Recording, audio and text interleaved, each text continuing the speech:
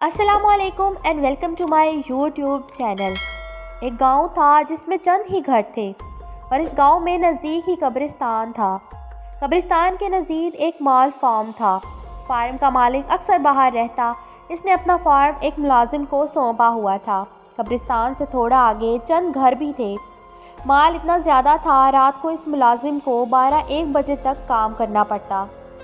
ایک دن گاؤں میں فوتگی ہو گئی۔ 70 سالہ بزرگ فوت ہو گیا۔ اس کے جنازے کے بعد دفنا دیا گیا۔ رات کے 12 بجے ملازم کام میں مصروف تھا کہ اسے قبرستان کی طرف کوئی جاتا ہوا دکھا۔ وہ تھوڑا پریشان ہوا، اس وقت کون ہو سکتا ہے؟ پھر سوچا شاید کوئی باہر گیا ہو، واپسی پر لیٹ ہو گئی ہوگی، اس وقت گھر جا رہا ہو۔ یہ سوچ کر اپنے کام میں لگ گیا۔ جب صبح ہوئی، گاؤں میں بات چل رہی تھی کہ کل جو بزرگ وفات پا گیا ہے، شام کو اس کی قبر پر کوئی چھیڑ خانی کر گیا۔ مٹی ہٹی ہوئی تھی قبر سے۔ پھر یہ سب نے یہ سوچا کہ شاید کوئی جنگلی جانور نے ایسا کیا ہو۔ فارم کے ملازم نے بھی بات سنی۔ اسے شام کو جاتا بندہ یاد آیا، لیکن معمولی بات سمجھ کر کسی کو نہیں بتایا۔ پھر دن گزرتے رہے۔ تقریباً 22 دن بعد پھر ایک 90 سال عورت فوت ہو گئی۔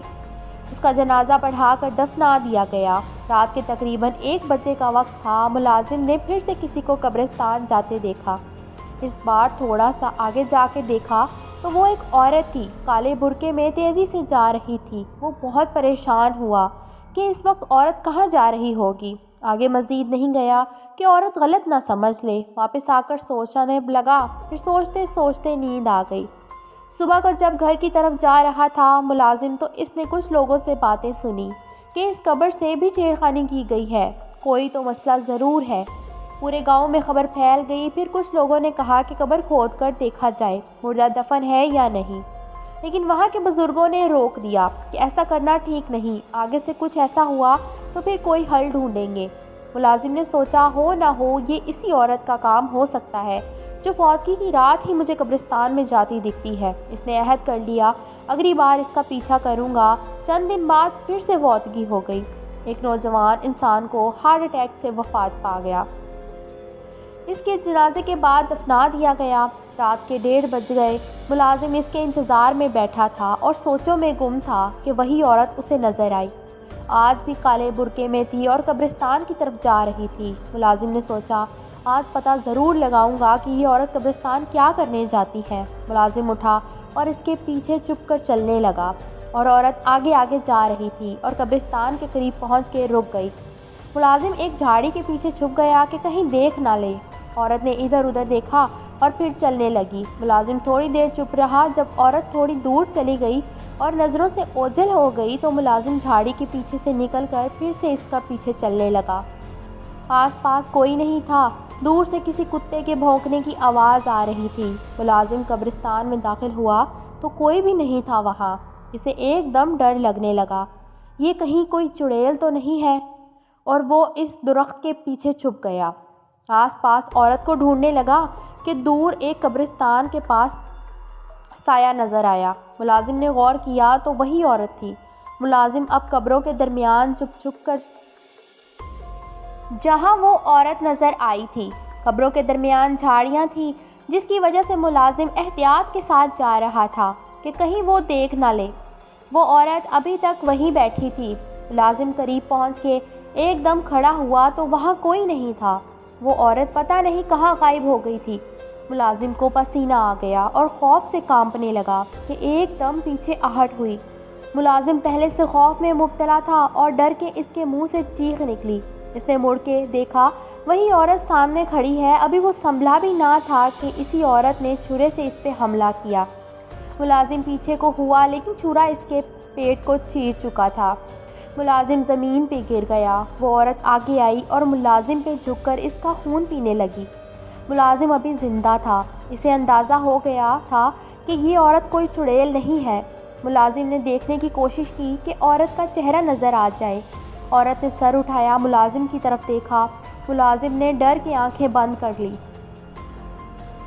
کہ عورت سمجھے یہ مر چکا ہے، لیکن عورت نے چھری اٹھائی اور ملازم کو دوبارہ مارنی چاہی تو ملازم نے اس کا چھری والا ہاتھ پکڑ لیا۔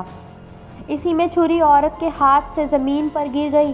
ملازم نے پاس پڑی چھری فوراً ہاتھ میں لی اور عورت پہ وار کیا۔ چھری عورت کے ہاتھ پہ لگی اور عورت ایک دم اٹھ کے بھاگی۔ ملازم نے اسے پکڑنے کی کوشش کی لیکن زیادہ خون بہنے کی وجہ سے ہمت جاتی رہی اور بے ہوش ہو گیا۔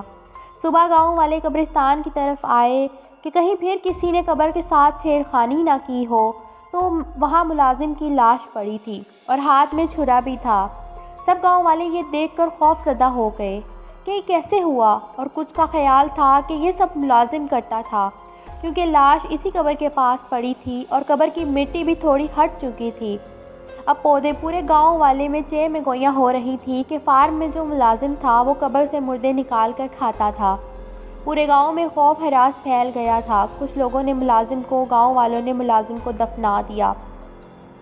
گاؤں کے کچھ نوجوانوں نے، جن کا ملازم کے ساتھ اٹھنا بیٹھنا تھا، ان کا یہی کہنا تھا کہ وہ ایک اچھا انسان تھا، ضرور اس کو بھی اسی نے مارا ہے جو قبروں کے ساتھ چھیڑ خانی کرتا ہے۔ گاؤں میں شام ہوتے ہی سناٹا چھا جاتا۔ لوگ گھروں سے نکلتے وقت ڈرتے تھے۔ بچوں کو تو مائیں دن میں بھی باہر نہیں جانے دیتی تھی۔ اب گاؤں کے کچھ سیانے لوگوں نے مل کے مشورہ کیا کہ 2-3 لڑکے رات کو پہرا دیا کریں گے جب تک یہ معمہ حل نہیں ہو جاتا، لیکن پہرا چپ کے کریں گے تاکہ وہ جو کوئی بھی ہے اسے پتہ نہ چلے اور ہوشیار نہ ہو جائے۔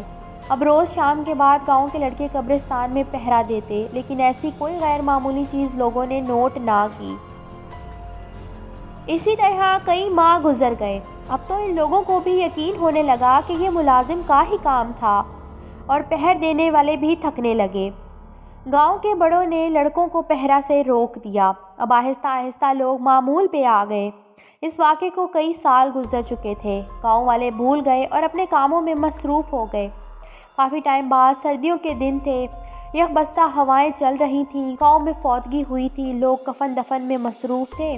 مردے کو غسل و کفن دے کر دفنا دیا گیا اور لوگ سرے شام ہی گھروں کو روانہ ہو گئے کہ ایسے ہی رات کے 1-2 بجے کا ٹائم تھا۔ گاؤں کے بڑے اور نوجوان بیٹھک میں بیٹھے تھے۔ اکثر گاؤں کے لوگ بیٹھک لگاتے تھے جہاں بزرگ لوگ پرانے وقتوں کے قصے سناتے، جوان اور بچے غور سے سنتے۔ آج بھی ایسا ہی ایک بیٹھک لگا تھا اور سب مرنے والے کو یاد کرتے، اس سے وابستہ واقعات ایک دوسرے کو سنا رہے تھے کہ اچانک ان میں ملازم کا کوئی واقعہ نکلا۔ سب ایک دم چپ ہو گئے۔ قبروں سے چھیڑ خانی کی وجہ سے انہیں غصہ تھا ملازم پہ۔ 2-3 لڑکوں نے، جسے آج تک ملازم پہ یقین تھا کہ اس نے ایسا نہیں کیا ہے، ضرور کوئی اور بات ہے، ورنہ وہ کیوں اپنی جان لیتا۔ تینوں نے ایک دوسرے کو دے کر اشارہ کیا اور اٹھ کے باہر نکل آئے۔ یہ وہی لڑکے تھے جو ملازم کے ساتھ اٹھتے بیٹھتے تھے۔ باہر نکل کے تینوں نے قبرستان کی طرف چل دیے کہ دوست کی یاد آئی تو فاتحہ ہی پڑھ آئیں۔ ان کی قبر پر فاتحہ پڑھ کے تینوں واپس مڑے تو ان کی نظر جو نئی قبر بنی تھی اس کی طرف رکی۔ وہاں جیسے کوئی قبر کے ساتھ بیٹھا ہوا، ایک دم تینوں کو وہ چھیڑ چھاڑ والی بات یاد آئی، اور ایک دوسرے کو دیکھ کر تینوں نے فیصلہ کیا کہ یہ جو کوئی بھی ہے آج نہیں جانے دیں گے۔ ہاتھوں میں پتھر اٹھا کے آہستہ سے قبر کی طرف بڑھے۔ قریب پہنچ کے ایک نے آواز دیا، کون ہے؟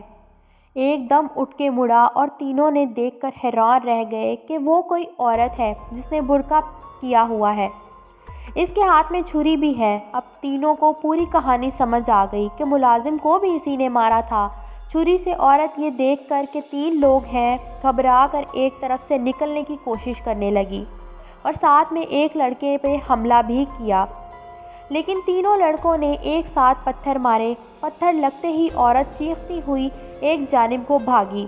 چھرا اس کے ہاتھ سے چھوٹ کے زمین پر گر گیا۔ ایک نے وہ چھرا اٹھایا۔ تینوں نے پیچھے بھاگتے ہوئے عورت گھبراہٹ میں گاؤں کی طرف بھاگی۔ گاؤں میں بھاگ دوڑ سے بیٹھک میں بیٹھے لوگ باہر آئے کہ کیا ہوا ہے، کون چیخیں مار رہا ہے؟ کیا دیکھتے ہیں کہ ایک عورت بھاگی آ رہی ہے اور 3 لوگ اس کے پیچھے ہیں۔ قریب پہنچ کے جس کے ہاتھ میں چھری تھی، عورت پر چھریوں کا وار کر دیے اور عورت وہیں گر کر تڑپ کر مرنے لگی۔ کچھ لوگوں نے تینوں لڑکوں کو پکڑ لیا کہ کون ہے اور عورت کو کیوں مارا۔ تینوں لڑکوں نے پوری بات بتائی کہ ہم نے اس عورت کو قبر سے مٹی ہٹاتے دیکھا تو یہ بھاگی اور آخر میں پکڑ کر مار دیا۔ تھوڑی دیر میں پورے گاؤں میں خبر پھیل گئی۔ گاؤں کے بچے بوڑھے حتیٰ کہ عورتیں تک لاش کے گرد جمع تھے۔ جیسے کہ کوئی اور ہی مخلوق ہو۔ گاؤں کے لوگ غصے میں تھے کہ یہ ہمارے پیاروں کے جسموں سے گوشت کاٹ کے کھاتی تھی، ہم لوگ اسے قبرستان میں دفنانے نہیں دیں گے۔ پھر سب کی صلاح و مشورے سے دور ویرانے میں لاش پھینک آئے۔ پھر کافی عرصے تک کسی میت کے دفن کے بعد بھی کئی دن تک قبرستان کا چکر ضرور لگاتے۔